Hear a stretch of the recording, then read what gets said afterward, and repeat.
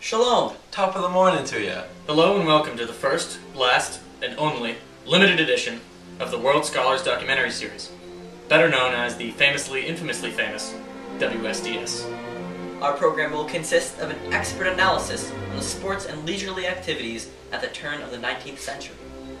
This historical analysis will sprout from the knowledge of the immortal minds of myself, Christopher William Duggan the 82nd, Dr. Professor Daniel Joseph Moberman, and Captain Sir General Reedward Hamilton Starr. We will commence by divulging upon the sporting events of this time period. American football was a game that branched off from the original game of rugby. Walter Camp, the father of American football, is known for truly inventing the game when he added in rules such as the line of scrimmage and the down and distance rules. They also changed the game by making each team have 11 players on the field, opposed to the 15 players in rugby. The forward pass was also introduced, contributing to the idea to spread out the game more. The game began as a sport for college athletes. It was almost banned by President Theodore Roosevelt in 1905 for the horrific injuries that would occur and sometimes death. Walter Camp is also responsible for contributing to the establishment of the National Collegiate Athletic Association, or the NCAA. Walter Camp attended Yale University when the game of football was created. Baseball originated before the American Civil War as rounders, a humble game played on sandlots. Early champions of the game fine-tuned it to include the kind of skills and mental judgment that made cricket respectable in England. In particular, scoring and record-keeping gave baseball gravity. The first professional baseball league was born in 1871, but by the beginning of the 20th century, most large cities in the eastern U.S. had a pro baseball team. The teams were divided into two leagues, the National League and the American League. During the regular season, a team played only against other teams within its league. The most victorious team in each league won the pennant. The two pennant winners met after the end of the regular season to play a World Series, which was a best-of-7 series game. This arrangement still holds today. Baseball became of the age in the 1920s when Babe Ruth, 1895 to 1948, led the New York Yankees to several World Series titles and became a national hero on the strength of his home runs. Over the decades, every team has had its great players. Golf began to emerge in the United States as a premier sport beginning in 1888 when the first club was formed. The USGA was founded in 1894, sparking its meteoric rise to prestige in American sporting life. The first golf club and course in America was in White Sulphur Springs, West Virginia. The Oakhurst Club was founded in 1884. It is said that the first hole at the posh Homestead Resort is left over from Oakhurst and is the oldest surviving golf hole in America. Since Oakhurst did not endure, it is not recognized as the oldest golf club in our country. That designation belongs to the St. Andrews Golf Club in Yonkers, New York. When golf clubs in the UK formally recognized the Royal and Ancient Golf Club of St. Andrews as the rulemaking body for the sport in the late 1890s, it became necessary for many clubs to expand or reduce the length of their course to 18 holes. Prior to this time, courses ranged in length from 6 holes to upwards of 20 holes.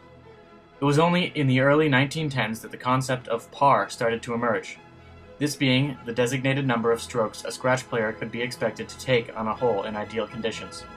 As the rules of the game changed, golf began to evolve into the popular sport it is today. Boxing originated when a person first lifted a fist against another in play. Different eras of the sport have been distinguished by the use or non-use of fist coverings. The ancient Greeks believed fist fighting was one of the games played by the gods on Olympus. Boxing became a working man's sport during the Industrial Revolution as prize fights attracted participants and spectators from the working class. In 1866, the Marquess of Queensberry gave Jack Broughton, a heavyweight champion, support to a new set of rules, which were named in his honor.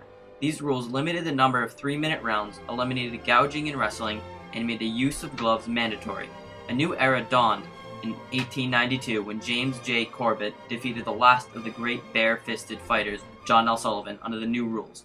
With the growing popularity of boxing, especially in the U.S., weight classes other than the unlimited heavyweights emerged. Cary Decker created the first motion picture with Thomas Edison in 1889. Prior to this, the first patented machine was the Wheel of Life by William Lincoln in 1867. Though Frenchman Louis Lumiere is often falsely credited for making the first motion picture camera in 1895. In 1891, Thomas Edison successfully demonstrated the kinetoscope, which enabled one person at a time to view moving pictures. Lumiere is invented, the first portable motion picture film processor. Lumiere brothers invented the cinematography, which made motion pictures very popular and would change the entertainment business forever.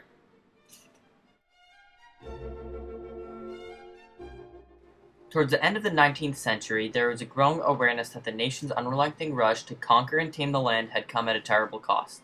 For the handful of Americans concerned for the future of the nation's natural places, the national parks represented a glimmer of hope that at least some pristine places could be saved before it was too late.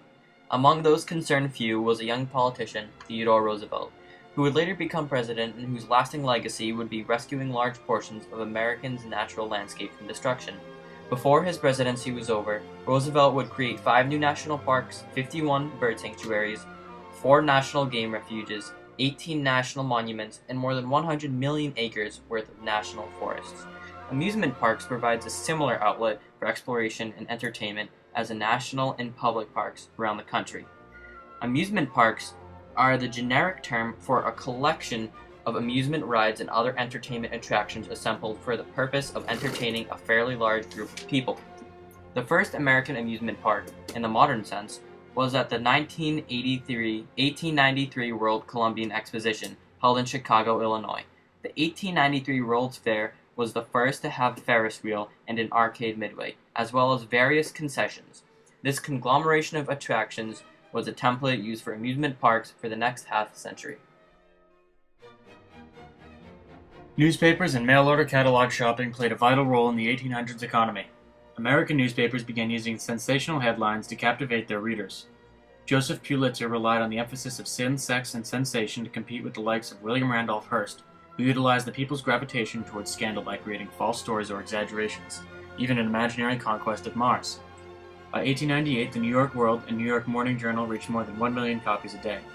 This rapid growth also provided great opportunities for companies to advertise goods, creating a new market of $95 million by 1900, and aiding the success of many inventions and products. By 1910, 10 million Americans shopped by mail. This was largely due to the company Sears, started in 1886. Though the catalog of Montgomery Ward and Richard Sears that launched in 1872 was successful, 1886 and the years ahead brought even greater success. The turn of the 20th century saw prosperity that caused big changes in Americans' daily lives. Both the growth of newspapers and mail-order shopping pushed American economic expansion immensely. Oh, isn't it so interesting how sports and leisurely activities of Americans has changed so much in the past century? I do concur, and what many used to consider entertaining is now just another part of the active American life. And the same may be said of us in future generations. But for Meow, This is the World Scholars documentary series. Saying goodbye. and Godspeed.